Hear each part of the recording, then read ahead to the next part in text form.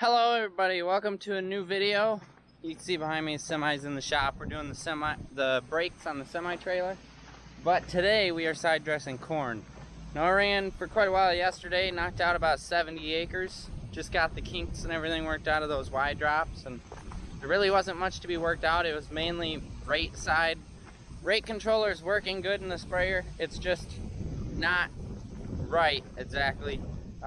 Right now it's set for 21, I think. I'm gonna bump it down to 20, and it should be putting out about 25, 26 gallons then. And then, yeah, then it should be working right. Once I'm gonna be getting a new set of nozzle tips for my lower rate spraying for 15 gallons per acre spraying. And once we get that, we're gonna calibrate that sprayer. Because I did have a few bean fields where the beans got a little hot, where I overlapped and stuff like that. So I need to make sure my rate controller is putting out the right amount. It's not enough to be super concerned, but it was just enough to really manifest itself in 28 when we're running high rates. Come on, Lincoln. So we're gonna get in the truck. We gotta grab about 600 gallons to finish the field I'm in. It's 58 acres and I did 22 last night. Now, because we are low on corn acres again this year, I have 35 acres in the field I'm in currently, and then we have an 18 acre field, and then after that I think we're gonna call it good for a little while.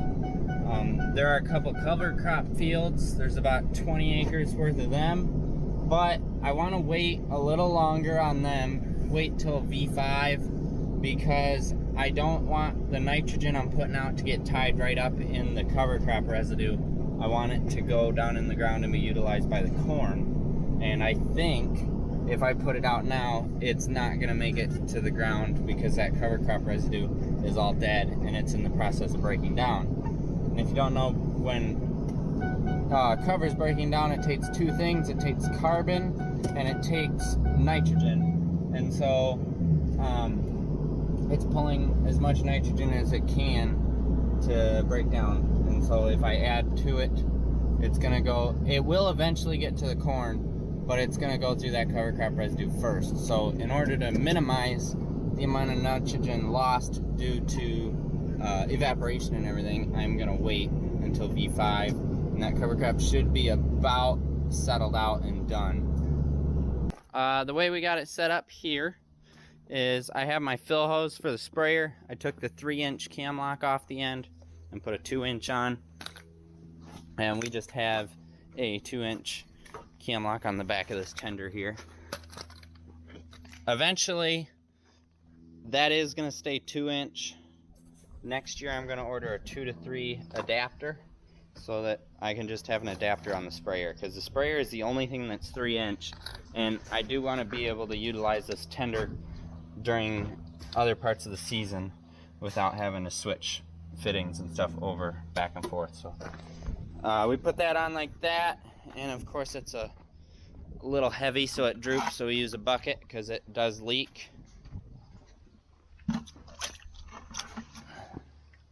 We can go ahead and open these, and then our fertilizer storage is back here. Actually, let's get the pump going first.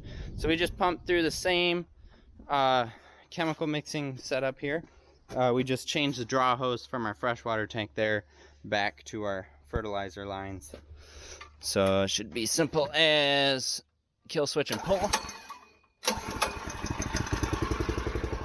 So that pump's going now. And we walk back here. This is overflow. When we take a load, if we can't fit it all, we'll put some in this tank.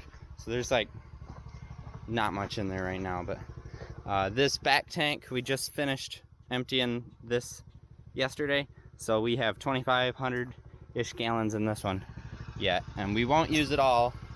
We'll use a lot of it, I think. So I think we're gonna add more tanks before our season next year. Opening the valve.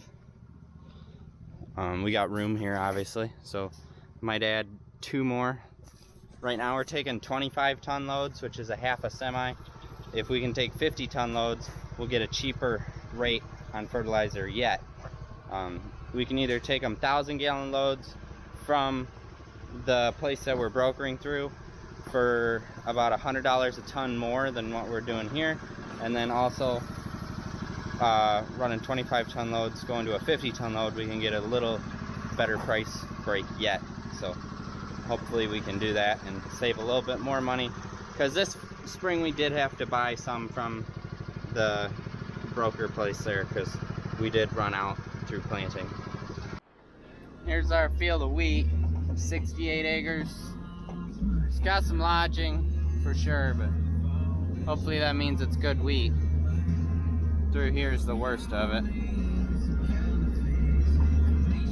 Really don't know why it went down so easy. We haven't had any real bad storms. This is replant soybeans on that side. It looks really good. We're going across the bridge here and into what's gonna be pretty much corn country for us. This is 2 good-sized fields that are all corn. This field here on the left is the only field that's not no-till this year, and looks really good. Field on the right is no-till, and it doesn't look any worse, so it's doing pretty good.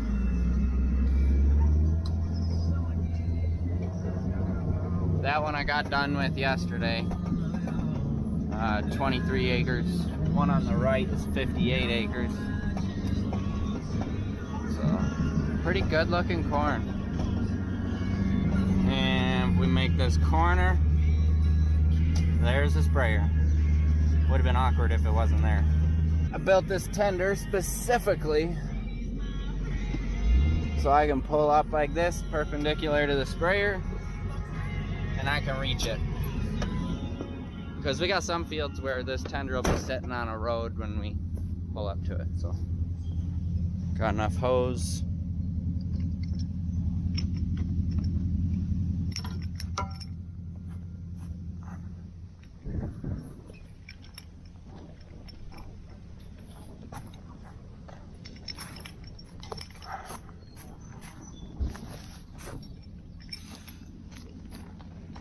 So yeah, they're all doing a really good job.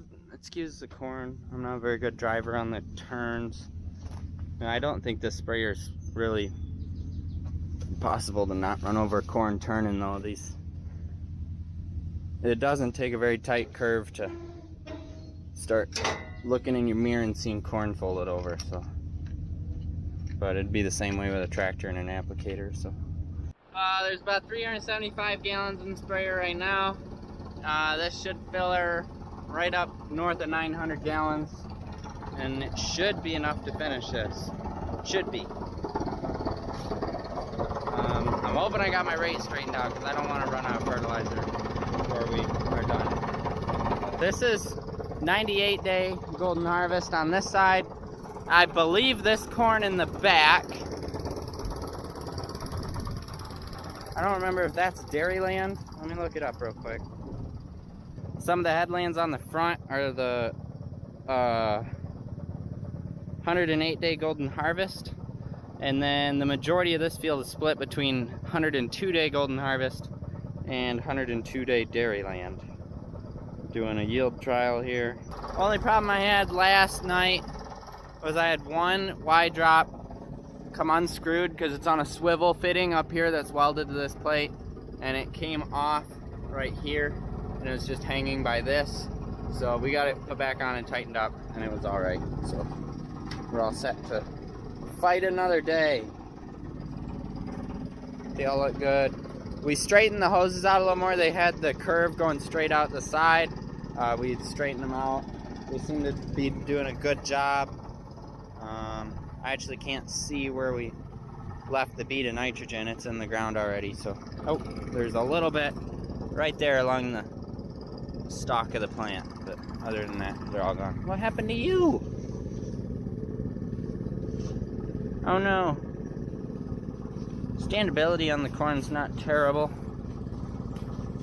The little ones were kind of fragile. Now there is one thing that Dairyland has going for it, is it is on a variety of soil across this field, whereas the 02K39 is kind of more on just the sandy section of this field. This field goes from sand to really, really heavy clay in the front. So it could be an advantage, it could be a disadvantage. This 02 K39 does really, really good in bad dirt. It made one field, which is kind of some of our poorer dirt, and it was our highest yielding corn 2 years ago. So that variety can do a lot on very little. Alright, we got build air pressure, but we can get unfolded in the meantime. Turn on that.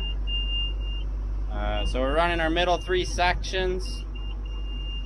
Middle section is set at 30 feet. That's what I have it running at anyway. So we go up with our booms just like we're spraying. I kind of try to do it slow so nothing gets ripped off. And then we go out at an idle so everything doesn't swing around too much. They can get to whipping, but good amount. That one's out. That one's out. And then from there we will level off once we get to the rows with our side to side. And then at the end of each field we use our mast to lift them up and out of the canopy. And I'll typically leave these down level, so they'll be like right in there approximately. So that's about how they look when you're turning around. Alright, here we are rolling. We're still using our GPS just in case we can't find our guess rows. But we got wide drops on the left and wide drops on the right. Everything running smooth mostly. Got to bump that side up a little bit. Quit running over corn.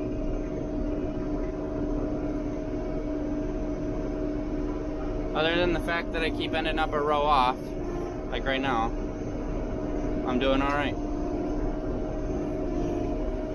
It's crazy how fast you can get off. But anyway, this is a 2-hand job, so I gotta put you guys down and I'll give you guys periodic updates. Oh, we're 32 acres in, done 10 so far. 6 mile an hour, about 60 PSI at 6.5. Not too bad, we could knock out some acres. 41 an hour. That's when we're moving. That's what 25 gallons not put on the planer gets you. That strip. Fertilizer wasn't on apparently. Yep. There's that field done. We didn't run out of product. Rate controller total amount's always off for some reason. But it looks like we've got about 75 gallons left, which I filled to 975, so that's pretty much exact. We're at an idle. We're gonna fold up, bring the booms in real nice and slow. So now what I'm gonna do is I'm gonna move the sprayer onto the next field and then get a ride back to my truck. I don't know if I'm gonna do that last field tonight.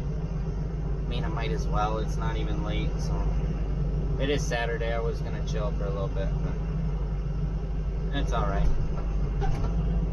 Full nut on it. Alright, so now we go down real slowish. That wasn't slow at all. Now we gotta get out, which is the only rough part. Is that it's 95 degrees, we gotta get out of the cab. Alright, so here's this one. This one we bring up, hang right there. There we go. This one we leave. This one we lift up on there, just like so. This one goes back up in here, just like so. These two on the back stay down. I ran over corn. This one repeats just like the other side, goes up in the boom like that. This one hangs on whatever this thing is, some sort of breather, just like that, stays. Then this one goes up right there. So now we're all ready for road travel. These front ones will swing a little bit, but they don't cause any problems. now we gotta go about 1.5 miles farther away from the farm to our last field that is normal. Like I said, we have 20 acres that are in cover, and I may show them to you guys tonight, I don't know. There's some of the fertilizer placement right there. Nice, close to the roots. Should get well utilized. So here we are at our last field. This is a nice looking one as well. We'll see how it gets in the back. It's got a lot of rolling hills with clay knolls, so it could get pretty variable back in the back, but from here it looks really good. We'll see. I'm gonna try and get my sister to put the drone up and get some drone footage of this thing rolling. So if she does, you'll see a drone montage right now. Valve stem busted off on the way here. This tire's almost flat. I can't believe it. So I'll probably have to buy a whole tube just for that piece. Luckily, with these big ag tires, you can unthread the end of the valve stem and replace it. But that sucks. Maybe we got one at the farm. I don't know. But I'm also gonna have to try and air this tire up, which also sucks. So, alrighty. Well, side dressing has now been postponed, I guess. I gotta get a valve stem. Dad has a portable air compressor here, and we'll just need a bunch of extension cord to get it down here and air back up. 45 psi in these tires. You're supposed to vary them whether you go down the road or whether you're in the field, but obviously that's a little hard switching back and forth. There you go. Got a drop cord running all the way up from inside the garage to the air compressor, and then the air hose running all the way down to here. And we did happen to have a valve stem at the farm. I forgot an air chuck. Luckily Dad has one, but it's non-locking, so I'm gonna be sitting here holding it for a while. We'll wait till the air compressor pumps all the way up and then we'll start. Well guys, this is like 2 month me in the future editing this side dress video, and completely just realized that I did not need to go drag an air compressor out or anything, because the sprayer is air ride, therefore it has an air compressor on it, and I know exactly where the air chuck is to hook an air line to it, where I could have just aired the tire up with the sprayer itself. And I think we are ready to go now. Got 51 pounds in her. Don't hear any hissing. Just gotta put all this stuff away now. Nobody's home at the moment. I didn't even know anything about it, but there was a wedding today and there's a grad party today. Like I said, I had no idea about either of them. I worked this morning and then got back and started side dressing, so oh well.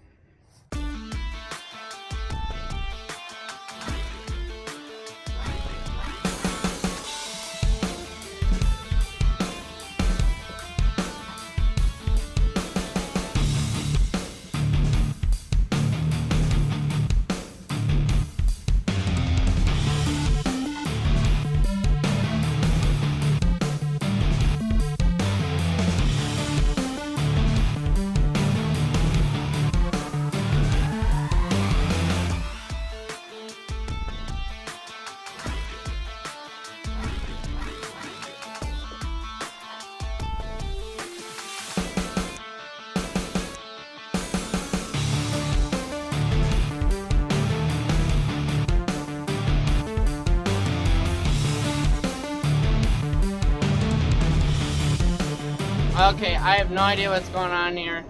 I don't know if there was a solar flare supposed to happen tonight, but my GPS is just completely off now. It's been good the entire time I've been side dressing. I know I'm on the exact row off of my last pass, and it's showing me 9 feet off. I don't understand.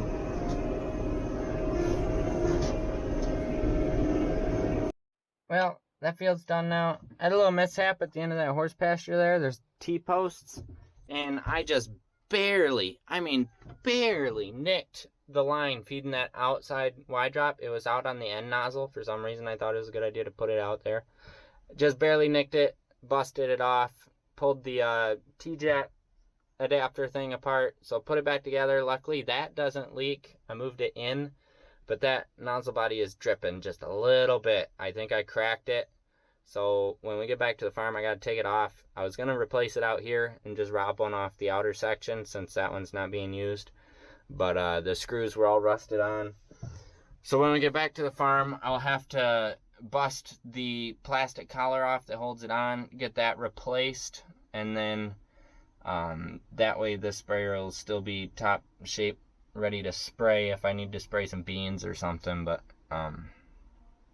yeah, just a stupid little mistake. For some reason, rows didn't line up over there, so I just thought I could sneak by it, but I was overhanging more than I thought I was, and I don't know. There was something weird though with this GPS out there. I don't know what that was. 2 passes, it said I was 10 feet off, and then, well, the one pass, it started good, and I was going down, and all of a sudden I was 10 feet off, and I was like, what the heck? I did not cross rows. So I just continued down to the end. Turns out I was 1 row off. And then I turned around and started back the other way, and it said I was 10 feet off that entire pass. And then turned around again, and it was straightened out, and it was fine after that. So I don't understand that. Weird GPS stuff that only happens once in a blue moon. So anyway, I'm going to put all the Y drops up that need to be hooked up, and then empty the sprayer back into the tender, and take that tender up to the farm, empty that back into our main tank, and then we should be all set for the night. So that is Side Dress 2024, other than 20 acres that will get done later season. So thank you guys for watching. Please like, comment, and subscribe. I hope you guys enjoyed that drone footage. That it looked like it was doing pretty cool shots. So I'll see you guys next time.